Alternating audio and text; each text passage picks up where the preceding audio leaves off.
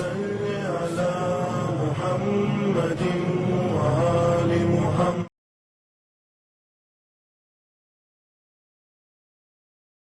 اعوذ باللہ من الشیطان اللعین الرجیم. بسم اللہ الرحمن الرحیم. رحم اللہ من قرأ الفاتحہ.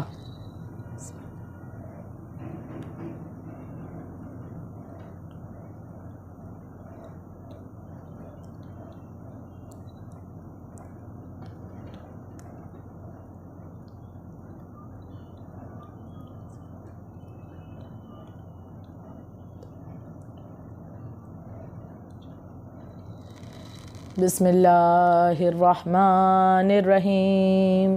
الحمدللہ رب العالمین. الصلاۃ والسلام علی اشرف الانبیاء والمرسلین سیدنا و نبینا و شفیعنا و مولانا ابی القاسم محمد. اللہم صلی علی محمد و آل محمد وعجل فرجہم وآلہ الطیبین الطاہرین المعصومین ولعنت اللہ علی اعدائہم اجمعین من یومنا ھذا الی یوم الدین. اما بعد فقد قال اللہ تعالی فی کتابہ المجید وفرقانہ الحمید وقولہ الحق.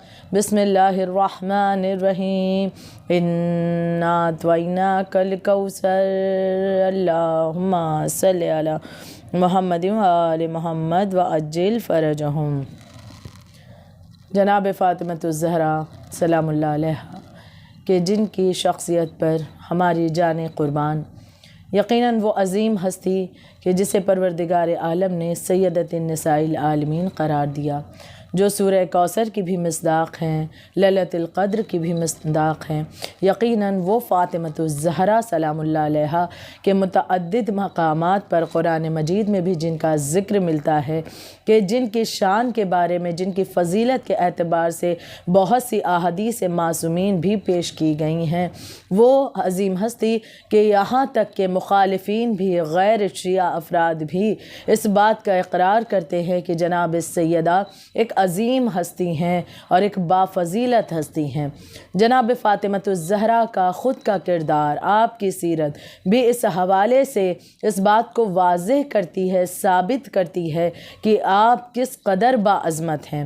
خدا کی کنیز خاص ہیں آپ. یقیناً تمام عورتوں کے لیے نمونہ عمل، ایک بہترین رول ماڈل ہیں تمام خواتین کے لیے. وہ عورتیں کہ جو کشمکش میں ہیں، کہ جو یہ سوچ رہی ہوتی ہیں کہ ہماری زندگی بطور ایک عابدہ کیسی ہونی چاہیے، بطور بیٹی، بطور بیوی، بطور ماں کیسی ہونی چاہیے. ہر مقام پر جناب فاطمۃ الزہرا ہمیں ان سوالوں کا جواب دیتی ہوئی نظر آتی ہیں.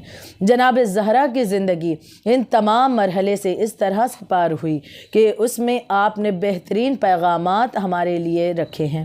یقیناً انہی کے بارے میں کچھ مجلسوں میں، اب تک کے گزشتہ مجلسوں میں ان چیزوں کا ذکر کیا ہے، اور آج کی اس مجلس میں اس بات کا ذکر کرنا ہے کہ بے شک جناب زہرا جس حوالے سے ہمیں یہ بتاتی ہے کہ ایک عبادت گزار خاتون کیسی ہونی چاہیے. آپ نے ہمیں یہ سکھایا کہ والدین کے حقوق کو کس طرح ادا کرنا ہے، شوہر اور بچوں کی دیکھ بھال کے متعلق کیا ذمہ داری خاتون کی ہوتی ہے، سماج میں جب ایک خاتون زندگی گزارتی ہے تو اس کے کیا حقوق ہیں، اس کے کیا فرائض ہیں. ان چیزوں کے بارے میں بھی جناب سیدہ ہمیں سمجھاتی ہوئی نظر آتی ہیں. یہاں تک کہ پڑوسیوں کا بھی کیا حق ہے، اسے بھی ادا کرنا ضروری ہے خاتون کے لیے، اور اس کے متعلق خود جناب زہرا کی ذات رہنمائی کرتی ہوئی نظر آتی ہے. جہاں ہم ان تمام باتوں کو آپ کی ذات گرامی میں یکجا پاتے ہیں کہ ان تمام چیزوں کے متعلق آپ ہمیں بہترین انداز سے رہنمائی کرتی ہوئی نظر آتی ہیں، وہیں پر ایک اہم پہلو آپ کی زندگی کا کہ جس کے متعلق بھی یقیناً ہم جڑے ہوئے ہیں اس چیز سے، جناب زہرا اپنی اس صفت کے ذریعے ہمیں ایک بہت بڑا پیغام آج کے اس دور میں بھی ہمیں دے رہی ہیں، تمام خواتین کے لیے بھی. اور وہ پیغام کیا ہے؟ وہ پیغام ہے جناب فاطمۃ الزہرا سلام اللہ علیہا کا وقت کے امام کی نصرت کے لیے اٹھ کر کھڑے ہو جانا. بے شک ایک بہت اہم چیز کہ جناب زہرا کا وقت کے امام کی نصرت کے لیے اگر ہم تاریخ کا جائزہ لیں تو ہم پاتے ہیں کہ مولائے امیر بعد رسول خدا مصلحتاً خاموش رہے۔ آپ کو خاموش رہنا پڑا، یہ مصلحت تھی، کیونکہ زندگی میں ہی رسول نے اس کے متعلق آپ سے وعدہ بھی لیا تھا اور آپ کو خاموش رہنا ہے۔ آپ اس وقت آپ کا حق چھینا گیا مولائے امیر کا، آپ کے منصب پر غیروں نے قبضہ کیا، لیکن اس کے باوجود بھی آپ خاموش رہے، کیونکہ خدا کی اس میں کچھ حکمت تھی، کچھ مصلحت تھی۔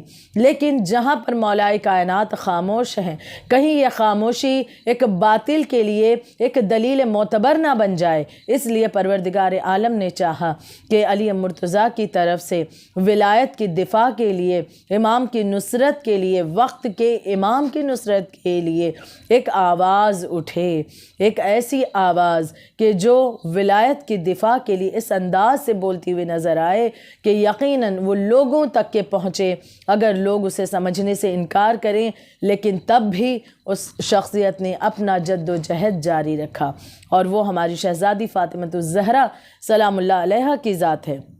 جناب فاطمہ زہرا اپنے وقت کے امام کی دفاع کے لیے اس طرح سے کھڑی ہوئی ہیں کہ ہم یہ دیکھتے ہیں کہ جب مولائے امیر خاموش ہیں اور دوسری طرف غیر منصب امامت پر قبضہ کیے ہوئے ہیں، اس وقت جناب زہرا حق علی مرتضیٰ کے لیے اٹھی ہیں۔ آپ نے لوگوں کو ولایت کی یاد دلائی ہے، یہاں تک کہ لوگوں کو غدیر یاد دلا رہی ہیں۔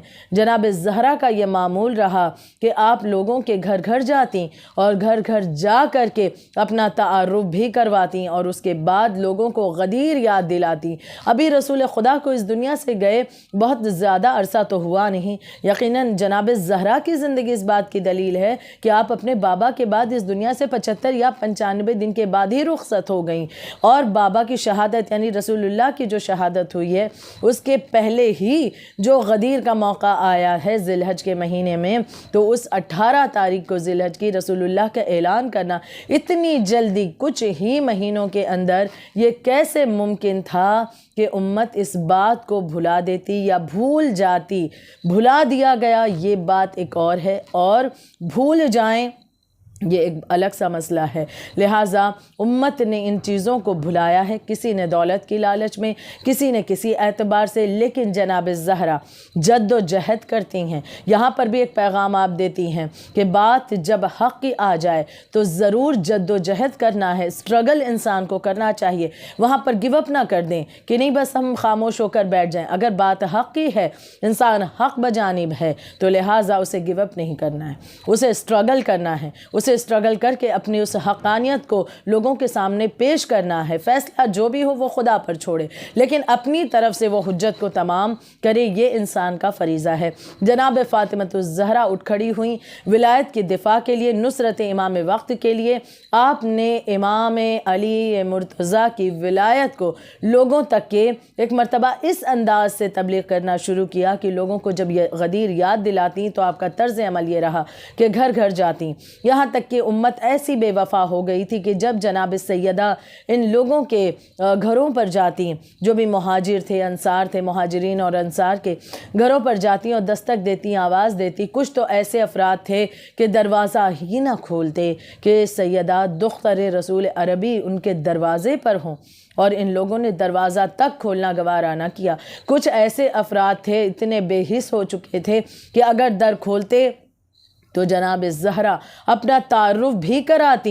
کیا تعارف کی آپ محتاج تھیں؟ بالکل نہیں، کیونکہ جناب زہرا دختر رسول خدا ہیں، اور رسول خدا وہ عظیم شخصیت کہ جنہوں نے ان جاہل عربوں کو انسان بنایا ہے۔ کیسے انسان فراموش کر سکتا تھا رسول خدا کی ذات کو؟ اور خود جناب زہرا کے ساتھ مولائے امیر موجود ہوتے تھے۔ مولائے امیر کو دیکھ کر کے یقیناً لوگ سمجھ جاتے کہ یہ دختر رسول خدا ہیں۔ خود جناب زہرا اپنا تعارف کراتی، لیکن امت اتنی بے حس ہو چکی تھی کہ ایک مرتبہ یہ کہتے ہوئے بھی لوگ نظر آئے ہیں کہ ہم آپ کو پہچانتے نہیں، ہم آپ کو نہیں جانتے۔ جناب سیدہ کو پہچاننے سے انکار کر دیا جاتا۔ جناب فاطمہ زہرا پھر بھی کوشش کرتی رہیں۔ اسی اثناء میں ایک مرتبہ کا واقعہ ہے کہ ایک مرتبہ ایک شخص کے در پر گئیں، اور جیسا معمول تھا کہ لوگوں کو غدیر یاد دلاتی، آپ نے دق الباب کیا، دروازہ کھلا ہے، ایک بوڑھا ضعیف سا شخص، اس نے دروازہ دروازہ کھولا۔ جناب زہرا نے اپنا تعارف کرایا۔ مولائے امیر ساتھ ہیں۔ ایک مرتبہ جناب زہرا نے جب تعارف کرایا تو اس ضعیف مرد نے دختر رسول عربی کو بہت ہی عزت و احترام کے ساتھ سلام کیا ہے۔ جناب زہرا کے دل کو ایک خوشی محسوس ہوئی کہ کوئی تو ہے جس نے میرا احترام کیا۔ میرے بابا کے جانے کے بعد کسی نے تو اس بات کا خیال کیا۔ جناب زہرا ایک مرتبہ اس شخص سے کہتی ہیں کہ علی کی ولایت کے متعلق جو میرے بابا نے غدیر خم میں اعلان کیا تھا، کیا وہ تمہیں یاد نہیں؟ کیا تمہیں خطبہ غدیر یاد نہیں؟ اب جب جناب زہرا نے یہ جملہ کہا ہے تو وہ شخص، وہ ضعیف کہتا ہے، وہ مرد کہتا ہے کہ یا شہزادی، مجھے خطبہ غدیر تو یاد ہے، لیکن بس اکمل تو لکم دینکم کا جملہ مجھے نہیں یاد ہے، مجھے من کنت مولا کا جملہ نہیں یاد ہے۔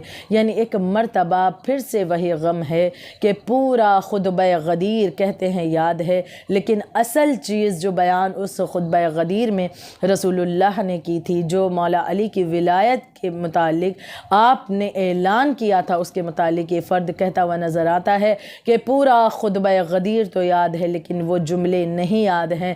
یعنی یہ معاملہ تھا کہ امت اس انداز سے بے حس ہو چکی، لیکن جناب فاطمۃ الزہرا سلام اللہ علیہا پھر بھی اپنے جد و جہد کو جاری رکھتی۔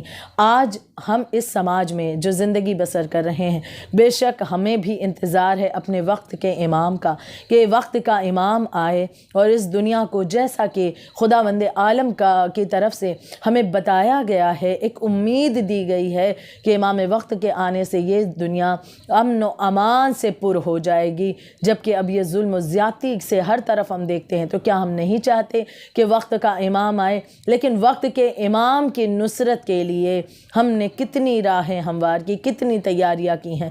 جناب زہرا کا کردار ہمیں اس طرف پیغام دیتا ہوا نظر آتا ہے کہ جناب فاطمہ زہرا کس قدر غمگین تھی، کس قدر پریشان تھیں، اپنے غموں اپنے زخموں کو لیے پھر بھی ایک ایک کے در پر جاتیں اور ولایت کے متعلق ان لوگوں سے سوال کرتیں، انہیں امام کی نصرت کے لیے غیرت دلاتیں۔ آج ہمارے لیے یہ سوال ہے کہ آج ہم پر ایسی کوئی مشکلات نہیں ہیں، لیکن ہم اپنے وقت کے امام کی نصرت کے لیے کس قدر راہ ہموار کر رہے ہیں یا نہیں؟ کہیں ایسا تو نہیں کہ گناہوں کے دلدل میں ڈوب کر کے ہم نے اپنے وقت کے امام کی ہی ظہور میں تاخیر کر دی ہو؟ ہم دعائیں تو تعجیل کی کرتے ہیں، لیکن ہمارا عمل جو کہ امام کے ظہور میں تاخیر کا سبب بنتا ہے، آج کا یہ معاشرہ جو کہ گمراہی کی طرف لے جاتا ہوا نظر آتا ہے، کہیں ایسا تو نہیں کہ آج کے اس فیشنیبل ماحول میں فیشن انڈسٹری، سوشل میڈیا، ان کی غلط باتوں کو لے کر کے، یا پھر ایسی چیزیں کہ جو ہمیں ماڈرنائزیشن کے نام پر بڑے ہی سجا کر کے پیش کی جاتی ہیں اور بے حیائی بے غیرتی کو عام کیا جاتا ہے، کہیں ان چیزوں کو ہم نے اپنے وجود میں لے تو نہیں لیا، کہیں ان چیزوں سے اپنے وجود کو سجانا شروع تو نہیں کیا؟ اگر ایسا ہے تو ہم نے اپنے وقت کے امام کی نصرت کے لیے کوئی تیاری نہیں کی۔ ہم اس دنیا کی زندگی کے لیے تو بہت کچھ کر رہے ہیں، لیکن آخرت کے لیے کیا ہم نے کیا؟ اپنے وقت کے امام کی مدد کے لیے، نصرت کے لیے اپنے آپ کو کس طرح سے تیار کیا؟ اس دور غیبت امام میں ہم نے اپنے آپ کو کتنا تیار کیا ہے؟ جناب زہرا کی ذات گرامی اس چیز کا ہم سے مطالبہ کرتی ہے۔ جناب فاطمۃ الزہرا رول ماڈل ہیں ہمارے لیے اس اعتبار سے کہ ایک بہت بڑا فریضہ اس دور میں ایک خاتون کے سر پر بھی ہے کہ وہ اپنے وقت کے امام کے لیے کتنی تیاریاں کر رہی ہیں۔ مردوں کے اعتبار سے تو بے شک سوال کیا جاتا ہے، لیکن کیا خاتون کو سوال نہ کیا جائے گا؟ آج زیادہ تر ہم دیکھیں گمراہی، بہت سی ایسی چیز ہیں یا بہت سے ایسے گناہ ہیں کہ جن کا بہت گہرا تعلق ایک خاتون سے ہوتا ہے۔ سماج کو ایک بے حیائی کی طرف بڑھنے کا ایک سبب کہیں نہ کہیں ایک خاتون بن جایا کرتی ہے۔ تو کہیں ایسا تو نہیں کہ ان خواتین میں ہمارا شمار ہو رہا ہے، کہیں بے حجاب، بے پردہ، بے حیائی، بے غیرتی کو ہم عام تو نہیں کر رہے ہیں؟ ان چیزوں کے متعلق ایک مرتبہ ہم اپنے آپ سے سوال ضرور کریں۔ اس ایام فاطمیہ کم از کم خود کے وجود کا جائزہ لیں کہ ہم نے اپنے وجود میں کہیں ان چیزوں کے ذریعے سے اپنے امام کو ظہور میں، ان کے ظہور کے لیے ہم نے تاخیر کا سبب تو نہیں پیدا کر دیا۔ اگر ایسا ہے تو بے شک توبہ اور استغفار کر کے ہمیں اپنے آپ کو بہتر کرنے کی ضرورت ہے۔ کنیز زہرا اس وقت تک ہم نہیں ہو سکتے جب تک کہ ہم اپنے وقت کے امام کے لیے اس طرح سے نہ سوچیں۔ وہ وقت کا امام جو خود پردہ غیب میں بیٹھے یہ چاہتے ہیں، یہ دعائیں کرتے ہیں کہ ان کا ظہور ہو جائے، وہ خود اپنے چاہنے والوں سے ملاقات کرنا چاہتے ہیں، لیکن کیا آج ان کے چاہنے والے اس طرح سے بے قرار ہیں کہ وہ اپنے امام کے لیے تیاریاں کر رہے ہیں؟ کیا ان کے دامن میں نیکیاں ہیں؟ کیا ان کے دامن میں عبادتیں ہیں؟ کیا ان کے دامن میں اچھائیاں ہیں؟ کہیں ایسا تو نہیں گناہوں کے دلدل یا آلودگی سے وجود اس طرح سے کملایا ہوا ہے کہ وقت کا امام نگاہوں کے سامنے سے کئی بار جا چکا ہو اور ہمیں نظر نہ آ رہا ہو؟ تو بے شک ضرورت ہے اس ایام فاطمیہ اپنے آپ سے وعدہ کرنے کی کہ جناب زہرا کی زندگی سے پیغام لے کر کے ہمیں خود بھی اپنے آپ کو امام عصر کی ظہور کے لیے تیار کرنا ہے، اپنے آپ کو آمادہ کرنا ہے، تاکہ وقت کے امام کا جب ظہور ہو انشاءاللہ تو اس کے بعد جس چیز کا بھی امام مطالبہ کریں، اگر ہم نے اپنے آپ کو پریپیئر کیا، تیار کیا، تو چاہے اولاد ہو، مال ہو، جان ہو، سب کچھ امام کی راہ میں ہم قربان کرنے کے لیے تیار ہو جائیں گے۔ بے شک جناب فاطمہ زہرا ہر دور میں ہر عورت کے لیے نمونہ عمل، آپ بہترین اسوہ ہیں، اللہ نے آپ کو بہترین اسوہ قرار دیا، لیکن وہی شہزادی کونین کہ جو اس دنیا سے اس طرح سے اس عالم میں گئی ہیں کہ بیویوں یقیناً روتے ہوئے ہم سوچیں اس کے متعلق کہ وہ بی بی کہ جو رحمت للعالمین کے لیے رحمت بنا کر بھیجی گئی ہو، وہ سیدہ رو رو کر یہ کہتی رہیں کہ بابا آپ کے جانے کے بعد مجھ پر اتنے غم پڑے، اتنی مصیبتیں پڑیں کہ اگر روشن دن پر پڑتے تو وہ رات کے اندھیرے میں تبدیل ہو جاتے۔ جناب فاطمہ زہرا کا غم مولائے امیر بعد زہرا جب تک زندہ رہے ایک لمحہ بھی جناب زہرا کو نہ بھلا سکے، آپ کے غم کو نہ بھلا سکے۔ جناب فاطمہ زہرا بڑی مصیبتیں لیے، بابا کا غم تھا، اس چیز کا غم تھا کہ رو کر کہتی تھی یا علی میری آرزو تھی کہ آپ کو بابا کے مسند پر دیکھتی، یا علی میں اس چیز پر، اس مقام پر آپ کو اپنی زندگی میں نہ دیکھ سکی، آپ کی تنہائی کا مجھے احساس ہے، امت کی بے وفائی کا احساس تھا۔ جناب زہرا پر ظلم ڈھائے گئے، آپ کے در کو آگ لگا دی گئی، آپ کا حق باغ فدق چھینا گیا، محسن کو شہید کر دیا گیا، پسلیاں توڑی گئیں، بازو توڑے گئے، انہی ایسی عالم میں جناب فاطمۃ الزہرا اس دنیا سے گئی ہیں۔ آخری روز جب آیا، ایک ماں کا دل ہے نا، جناب زہرا نے اپنے چھوٹے جو بچے ہیں، یقیناً ابھی حسنین بہت بڑے نہیں ہیں، عمر کم ہے، کم سنی کا عالم ہے، امام حسنین علیہ السلام، جناب زینب و کلثوم، آپ نے بچوں کے لیے کھانا تیار کیا، ان کے کپڑوں کو بھی دھویا ہے، اور اس کے بعد حجرے میں چلی گئیں۔ جب شہزادے گھر آتے ہیں، اماں کو تلاش کرتے ہیں، حجرے میں داخل ہوئے، آواز دی لیکن کوئی صدا نہ آئی۔ اب جو قریب پہنچے تو امام حسن نے پایا کہ ماں نے سفر خلد کیا، ایک مرتبہ چہرہ ماں کے چہرے پر رکھ دیا، رو رو کر دونوں شہزادے گریا کرتے رہے۔ مولائے امیر کو جب خبر شہادت جناب فاطمۃ الزہرا ملی، مولائے کائنات کئی مرتبہ زمین پر گرے ہیں، کئی مرتبہ اٹھے ہیں، کس طرح سے گھر پہنچے ہیں، ایک مرتبہ بے قرار ہیں، حتیٰ کہ وہ وقت آیا کہ جناب امیر نے جناب زہرا کو غسل و کفن دیا۔ جب مولا علی غسل دے رہے تھے، ایک مرتبہ چیخ مار کر روئے زہرا، کئی زخم تو ایسے تھے کہ جن کا ذکر آپ نے کبھی مجھ سے بھی نہ کیا۔ جنازہ تیار ہوا، آخری وقت دیدار مادر کے لیے بچوں کو بلایا، بچوں نے ماں کا دیدار کیا، لیکن حسین قریب نہیں آئے، کہا جب تک اماں نہ بلائیں گی میں نہ آؤں گا۔ اتنا کہنا تھا کہ بند کفن ٹوٹے، ایک صدا آئی، اے میرے حسین، میری آغوش ہوش میں آ جا، مولا حسین ماں سے جو لپٹے ہیں تو اب حسین کے ساتھ ساتھ مولا حسن بھی بڑھے، زینب و کلثوم بھی مادر گرامی کی میت سے لپٹے ہیں۔ اے عرش سے صدائی علی مرتضیٰ، بچوں کو ماں سے جدا کیجئے، عرش کے پائے ہلے جاتے ہیں۔ مولا علی نے بلکتے بچوں کو سینے سے لگایا، ماں کا جنازہ گھر سے رخصت ہو گیا۔ الا لعنت اللہ علی القوم الظالمین، الا لعنت اللہ علی القوم الکاذبین، سیعلم الذین ظلموا ای منقلب ینقلبون۔